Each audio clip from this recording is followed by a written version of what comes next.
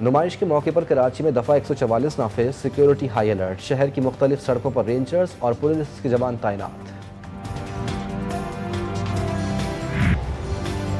غیر رجسٹرڈ وی پی این پر پابندی، حکومتی فیصلے پر انٹرنیٹ سروس کے تحفظات، متوازن پالیسی کا مطالبہ، وی پی اینز کا استعمال پرائیویسی، محفوظ مواصلات اور آن لائن رسائی کے لیے اہم، حکومت ایسی ریگولیٹری پالیسی بنائے جو معیشت اور ڈیجیٹل ترقی کی راہ پر رکاوٹ نہ بنے، غلط استعمال روکیں لیکن صارفین کے لیے رکاوٹیں پیدا نہ کی جائیں، اعلامیہ جاری۔ اسموک کے منہ موڑتے ہی بچوں کے مزے ختم، لاہور اور ملتان کے سوا پنجاب کے بیشتر اضلاع میں تعلیمی ادارے کھول دیے گئے، موٹر وے پر بھی ٹریفک کی روانی شروع، لاہور میں ایئر کوالٹی قدرے بہتر، ملتان کی فضا آلودہ، چمچماتی دھوپ سے شہریوں کے چہرے کھل اٹھے، کئی شہروں میں بارش بھی اپنا رنگ دکھانے لگی، پہاڑوں پر برف باری، سیاحوں کے خوبصورت نظاروں سے لطف اندوز مناظر۔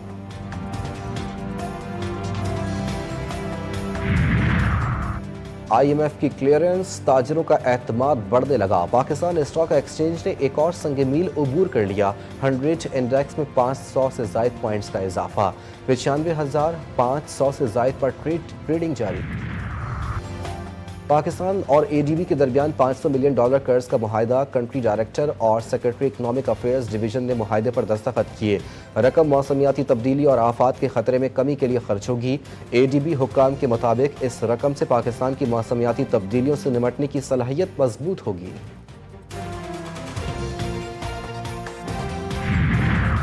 اعلیٰ عدلیہ کے احکامات ہوں یا قوانین، سب نظر انداز، سندھ بلڈنگ کنٹرول اتھارٹی کی منمانیاں عروج پر، سپریم کورٹ کی پابندی کے باوجود شہر میں رہائشی پلاٹس پر بلند و بالا عمارتوں کے اجازت نامے جاری، غیر قانونی اور خلاف ضابطہ منسوخ شدہ اجازت نامے 5 ماہ بعد دوبارہ منظور، D G S B C Abdul Rashid Solangi نے اپنے ہی احکامات نظر انداز کر دیے۔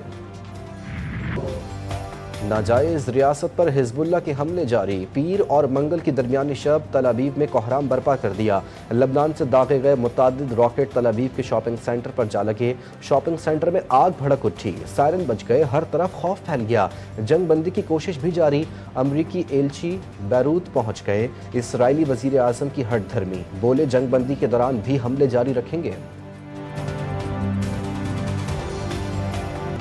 بھوک، قحط اور موت اہل غزہ کا مقدر، اسرائیلی فوج تاک تاک کر رہائشی عمارتوں کو نشانہ بنا رہی ہے، ایک ہی دن میں 50 افراد شہید، پناہ گزین کیمپوں کو بھی نہ چھوڑا، لبنانی دارالحکومت بیروت پر بھی حملے جاری، درجنوں شہادتیں، 7 اکتوبر سے اب تک اموات کی تعداد 44,000 کے قریب پہنچ گئی، 1,39,000 کے قریب زخمی۔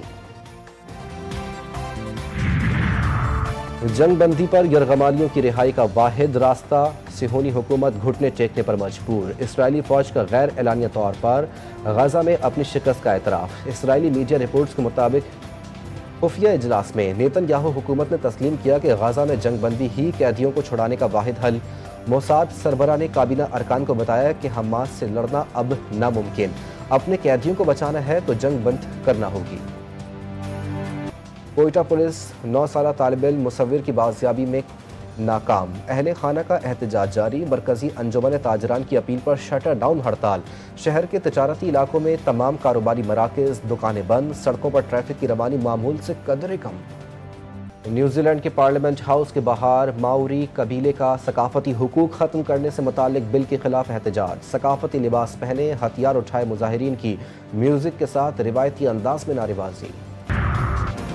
پینسلوینیا کے ایئرپورٹ پر حادثہ، 2 چھوٹے طیارے آپس میں ٹکرا گئے، 2 افراد زخمی، ایک طیارہ اڑان کے دوران رن وے پر کھڑے دوسرے طیارے سے جا ٹکرایا، پولیس واقعے کی تحقیقات کر رہی ہے۔ برٹش ایئر ویز کے سافٹ ویئر میں تکنیکی خرابی، کئی پروازیں تاخیر کا شکار، آئی ٹی سسٹم میں خلل پڑنے سے کمیونیکیشن کا نظام متاثر ہوا۔ قومی ٹیم کی بیٹنگ کی بہتری کے لیے کوچ مقرر کرنے کا فیصلہ، دورہ افریقہ میں شاہد اسلم کو بیٹنگ کوچ کی ذمہ داری سونپنے کا امکان، ذرائع کے مطابق دورہ زمبابوے، جنوبی افریقہ کے لیے مجوزہ white ball head coach Aqib Javed کی سفارش پر شاہد اسلم تقرری کا فیصلہ کیا گیا، شاہد اسلم بطور سپورٹنگ اسٹاف ٹیم کے ساتھ کام کر چکے ہیں۔ فیفا ورلڈ کپ کی تیاریاں شروع، سعودی عرب میں کنگ سلمان اسٹیڈیم کی تعمیر کا منصوبہ بھی تیار، ڈیزائن کی رونمائی، 92,000 افراد کے بیٹھنے کی گنجائش ہوگی، indoor sports hall, swimming pool اور دیگر سہولیات دستیاب، یہ منصوبہ 2029 میں مکمل کر لیا جائے گا۔